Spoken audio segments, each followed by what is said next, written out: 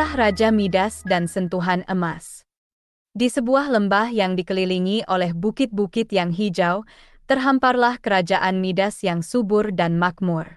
Di tengah-tengah kerajaan itu, berdiri megah istana yang dinding-dindingnya berkilauan di bawah sinar matahari, seolah-olah sudah memberikan petunjuk tentang obsesi sang penguasa.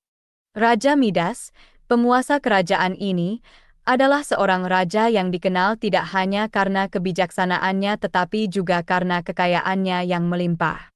Tidak ada satupun raja di daerah sekitarnya yang memiliki harta sebanyak Midas.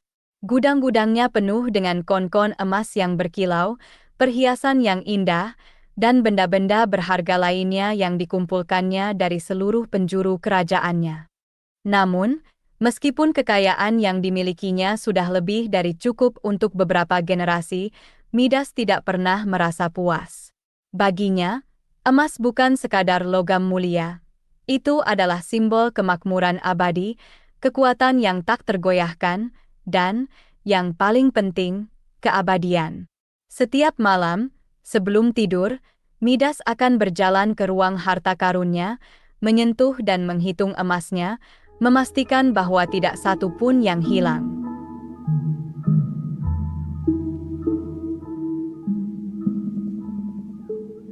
Suatu hari, di tengah hutan yang rimbun, Dionysus, dewa anggur dan kesenangan, merayakan keberadaannya dengan pesta yang tiada akhir. Di antara para pengikutnya adalah Silenus, mentor dan teman dekatnya, yang dikenal karena kebijaksanaan dan cinta akan anggur. Namun, pada suatu malam yang penuh keceriaan, Silenus terpisah dari rombongan dan tersesat dalam keadaan mabuk. Dalam keheningan pagi yang masih tersembunyi di balik kabut tipis, Raja Midas berjalan menyusuri lorong-lorong istananya yang megah. Cahaya matahari pertama menembus jendela tinggi, menciptakan pola emas yang berkilau di lantai marmer.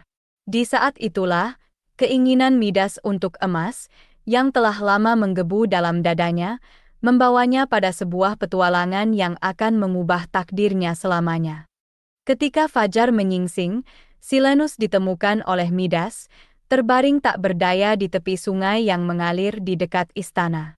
Midas, yang segera mengenali sosok penting di hadapannya, memutuskan untuk menjamu Silenus dengan kebaikan hati yang belum pernah terlihat sebelumnya.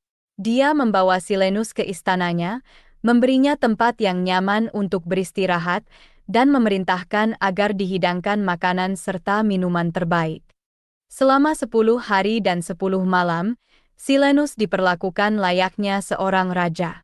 Midas, yang biasanya hanya peduli pada emas, menemukan kegembiraan dalam mendengarkan cerita-cerita Silenus tentang dewa-dewa, pahlawan, dan petualangan yang melampaui batas dunia manusia.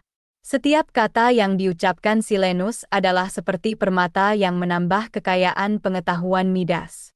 Pada hari ke-11, Dionysus datang ke istana Midas untuk membawa pulang mentornya. Terkesan dengan kemurahan hati Midas, Dionysus menawarkan untuk mengabulkan satu permintaan sebagai tanda terima kasih. Midas, yang hatinya selalu dipenuhi oleh kilau emas, meminta sesuatu yang akan memperkuat obsesinya, agar segala sesuatu yang ia sentuh berubah menjadi emas. Dionysus, yang bijaksana dan penuh pertimbangan, merasakan kekhawatiran akan konsekuensi dari permintaan tersebut. Namun, karena janji adalah janji, ia mengabulkan permintaan Midas. Dengan senyum yang penuh arti, Dionysus berkata, "Semoga keinginanmu membawamu pada kebahagiaan yang kau cari."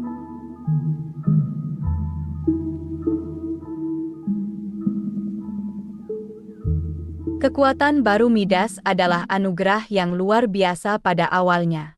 Dengan gembira, ia menyentuh batu dan ranting, melihat mereka berubah menjadi emas murni di bawah sentuhannya. Mahkotanya, yang sudah berharga, kini menjadi lebih berharga lagi. Namun, kegembiraan itu segera berubah menjadi keputusasaan ketika Midas menyadari bahwa segala sesuatu yang ia cintai dan nikmati tidak bisa lagi ia rasakan. Makanan dan minuman yang biasa menjadi sumber kesenangan, kini hanya menjadi benda mati yang dingin. Ketika putri tercintanya, Marigold, datang untuk memeluknya, tragedi yang tak terbayangkan terjadi.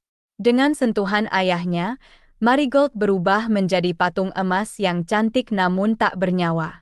Midas, yang dilanda kesedihan dan penyesalan, menyadari bahwa ia telah kehilangan sesuatu yang lebih berharga daripada semua emas di dunia. Dalam keputusasaan, Midas memohon kepada Dionysus untuk mengambil kembali hadiah yang telah menjadi kutukan. Dionysus, yang hatinya tergerak oleh penyesalan Midas, memberinya jalan untuk membebaskan diri dari kutukan tersebut. Cucilah dirimu di sungai Pactolus, kata Dionysus, dan biarkan air mengalir membawa pergi kekuatan yang telah kau dapatkan.